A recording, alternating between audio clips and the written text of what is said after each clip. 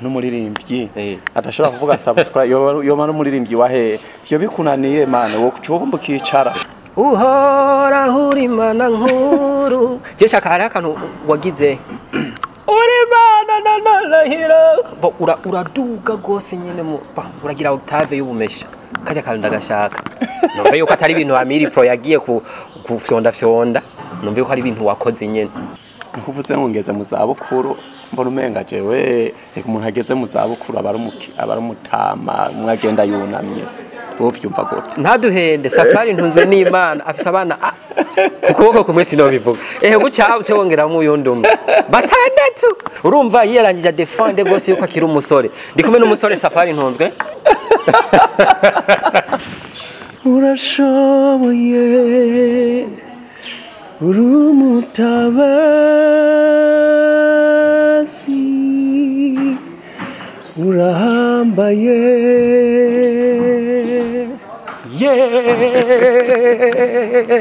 jewe sino ntavyo noshobora muramba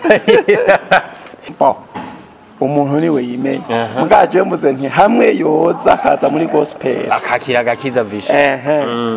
byo ara mavuta gose kabisa muchunguzi wanje urashoboye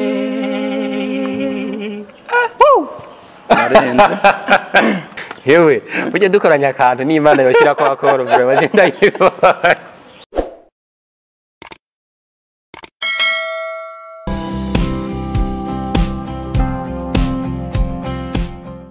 Ndabaramukije nshuti bagenzi mudukunda natwe tukabakunda ni Mirror TV 257 nagenda abwire ko ndabakunda cyane kuri mwebwe mwamaze kugira subscribe on our YouTube channel ni Mirror TV 257 nagira ndakubwire yuko wewe wowe utarayikora uyikore kugira tubandanye twiga kuri iyi si ubuzima no kwiga kandi tuzobandanya twiga gushika ku mpera jewe ndi Jadogo Trip uno munsi ndakubwire yuko mfise umutumire w'inararibonye kenshi turagira abahinga tutabazi ariko uno munsi tugiye kumumenya atubwire ikirore ciwe imbere ni byinshi tugiye kuyaga mbega ninde mukanya natwibwira wariwe navuga gusanga umuzi yes muchunguzi wanje urashoboye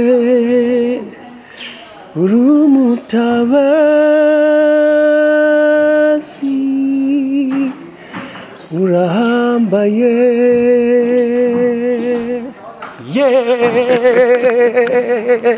jewe sino ntavyo noshobora muramba mwamubonye n'inararibonye n'umuntu novuga yuko ageze mu zabukuru ariko afise ubumenyi na cyane cyane muri music mbega tugiye kuyaga ibiki ni byinshi yitwa Safari ntunzwe simbeshi ego yitwa Safari ntunzwe n'Imana niyo mazina yanje umuririmbyi umucuraranzi umu-arrangeur bon bandani sinzi ngene wobyita gusa nkuvuze ngo ngeze mu zabukuru mbona umenga jewe umuntu ageze mu zabukuru abari umutama mwagenda yunamye wovyumva gute ntaduhende Safari ntunzwe n'Imana afise abana kukuboko kumwe sinobivuga guca uce wongeramo uyundumwe batandatu mugabo rero mpabasanga ikirundi ari igike bujya kugera mu zabukuru umuntu abashaje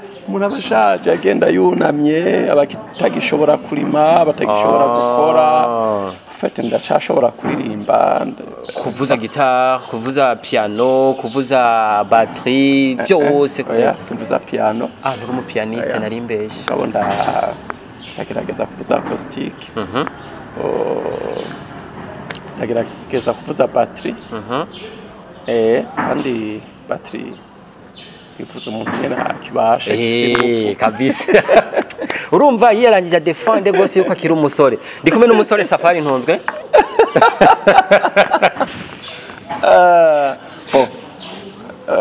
yasi n'umusore kuko umusore n'umuntu atarubaka mugabo sindaba hajya bavuze ngo iki bavuze ngo umuki ngo umuntu ageze mu zabukuru umuntu ageze mu zabukuru nihenze gusa ndakuze muramba bari nshuti bagenzi ndiko nyaga n'umuntu w'umupapa mugamubona yuko ari kagera mu zabukuru nyene basi gusa ntaragerayo sindagera mu zabukuru kuko ngeze mu zabukuru nzoba mfise abuzukuru nzoba mfise abuzukuruza mugabo umwana wanje wa mbere ari muri 6e urumva yuko haracariho impuze kabisa. Safari ntunzwe n'Imana uno munsi twakugendeye ava yuko tuduga ku ijambo cheers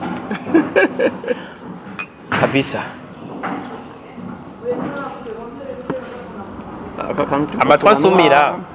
amatwa nsumira wewe novuga yuko uri umuntu akuze cyane mu gakiza mugabo kumenga wanzimanya isongo kakana tuko turanwa ndagakunda sana ko hari abantu ucumenga tubagiriye promotion man ari mu nzira zo kukavuga kugira ngo pasteur niyabona ikiganiro ntazave bibaza yuko ari kwanywa isongo ashaka kavuge rero tuduge ukiyago pasteur azotondera tubaze ati none vy'ukuri nyene mwari ko munywa isongo oya nakantu bitaratanga wizi asha ntiyari kugenda atakavuze ratanga wizi ndagakunda no ku bantu baririmba nagoma ndabanda bahe impanuro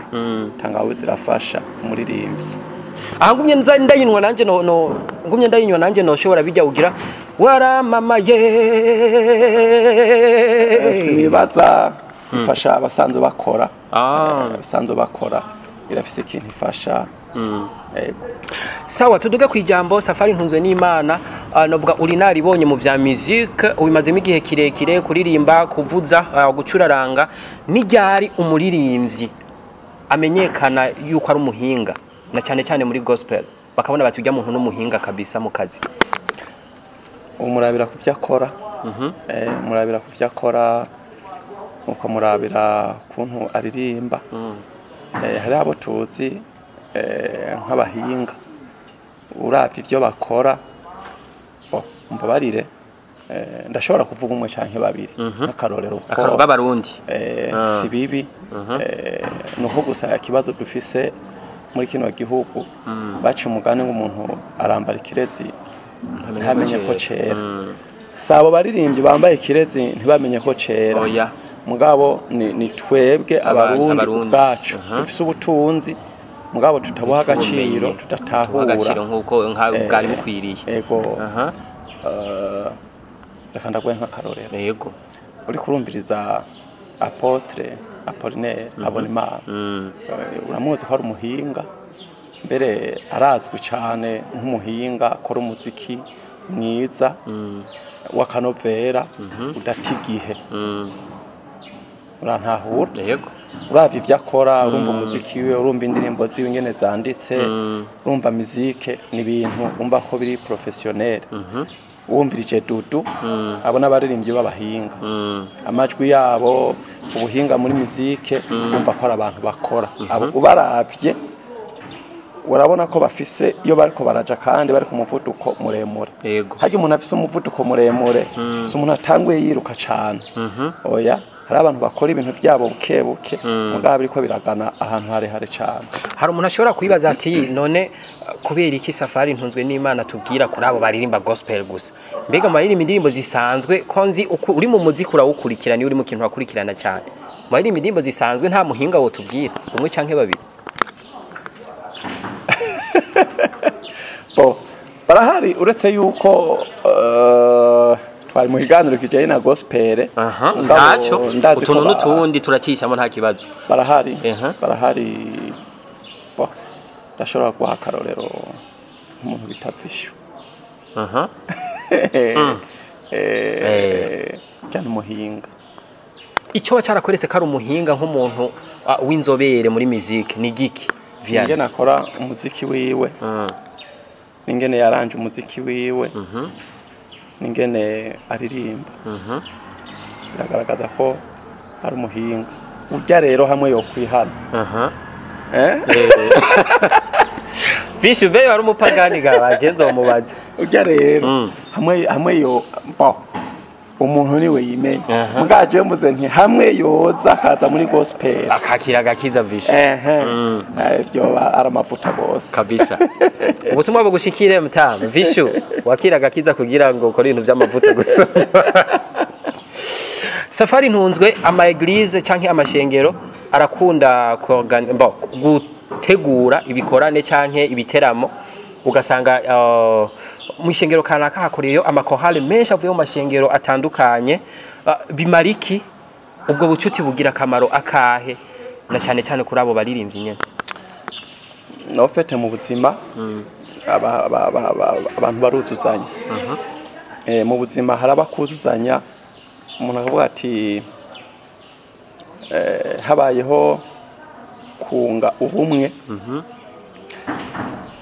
Baca umugani mu Kiswahili, umoja ni nguvu, utengano ni udhaifu kabisa. Ubumwe ni inkomezi, mugabo gutandukana bizana intege nke. Nta umuntu ashobora ari umwe. N'igihe abantu baja hamwe bagahuza ubuhinga, bagahuza ubumenyi, umwe icyo ashoboye undi icyo ashoboye, bakaja hamwe kugira bashikane umurimo kure canke bashike kuco bipfuza. Usomye Bibiliya hari ijambo rivuga ngo tureme umuntu mw'ishusho ase natwe.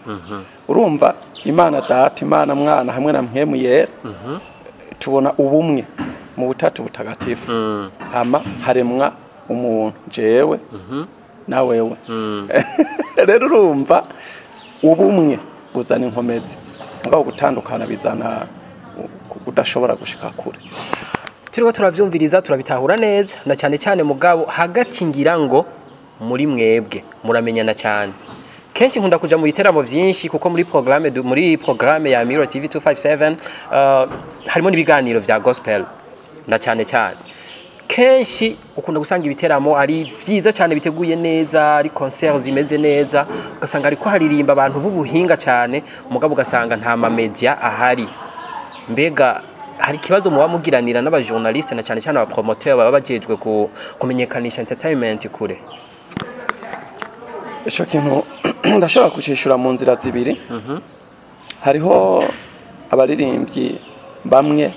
muri gospel babona kumenga siko babibona, ahubwo bamwe bamubona kumenga ivy'ama media, ivy'amaradiyo, amateleviziyo n'ibindi. Hariho abantu ubona kumenga ntibabiha agaciro, uravye ingene bameze, uravye ingene bariko barakora. Ico ni kimwe, abaririmbyi ubwabo. Mugabo kandi hariho n'abandi baririmbyi muri gospel nyene ubona ko baha agaciro abamenyesha makuru, ukabona ko banabarondera, ukabona ko bavyirukamwo cane. Ico ni kimwe. Hama mugabo nje ku nzira ya gatatu. Inzira ya gatatu hariho abamenyesha makuru badaha agaciro gospel, barahari. Niyo ujanye indirimbo yawe yumvise ari Imana ashashira mu kabati.